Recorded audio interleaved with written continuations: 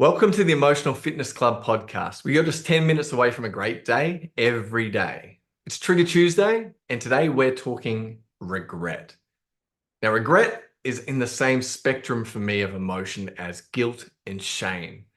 When it's blocked within our body and stored, it's one of the most toxic emotions we can store for sure. And it's one of the ones that I'm always working on with my clients to remove, because guilt and regret, and especially guilt that's come from moments of regret in our own behavior, our own filtering of the past, it blocks our ability to feel self-love, to feel self-worth, to feel like I deserve to be angry at that, or to feel like I deserve to create a boundary here, to feel like I deserve this opportunity.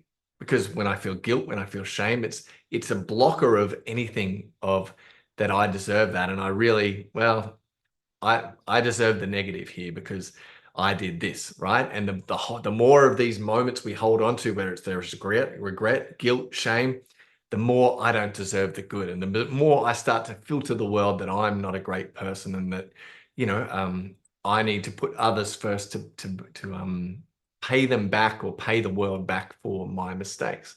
So our E-WOD for the day is: when's the time that you felt regret, or when have you felt regret? And how can you start to release it? So what's a moment of regret for you?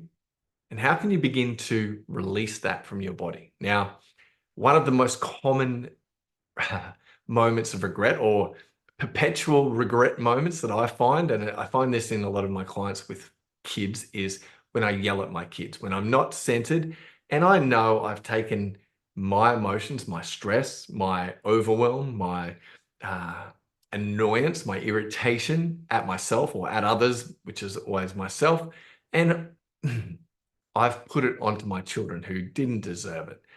Now, there's not a parent I know, even the parents where you like go, wow, you do this a lot, they are just feeling, um, you know, horrible about themselves for this normally. And what it does, this regret, it normally sets us with this, we think we need to hold on to this regret because it breeds this guilt, because it's quite negative to ourselves, right? It's like, you did this. How dare you do that to them? Those poor little kids. Now, the antidote to regret, the antidote to guilt, is self-love and appreciation. Now, as we start to foster that, and we acknowledge that it wasn't my best, and that's not how I'd like to judge myself moving forward, as my best self, not perfect self. But hey, I'm doing my best, and I'm trying really hard. And one of the best ways to do that, when it's got to do with another person, especially a child, and most adults don't think about this, but it's actually just taking accountability and owning up and say, hey, listen, I wanted to talk to you about yesterday when you didn't clean up. That's not on you. Daddy was a little bit upset. Daddy was a little bit flustered, and you were there, and yes, the room was messy, but you didn't deserve that. And Daddy's very, very sorry.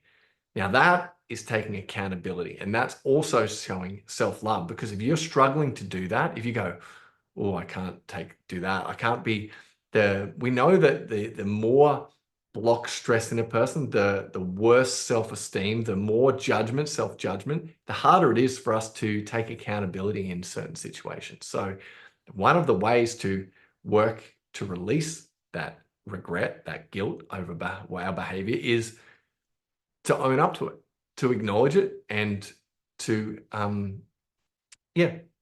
take accountability for that moment.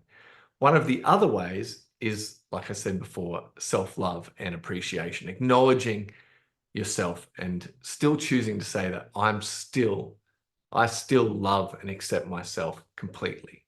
Yes, I wish that didn't happen. I wish I never said that. But I'm a good person, and I choose to love and accept myself completely. So your E-WOD for the day is: what's a moment where you felt regret? How can you work to release that? Love to hear your feedback. Have a wonderful day. I'll talk to you soon. Bye.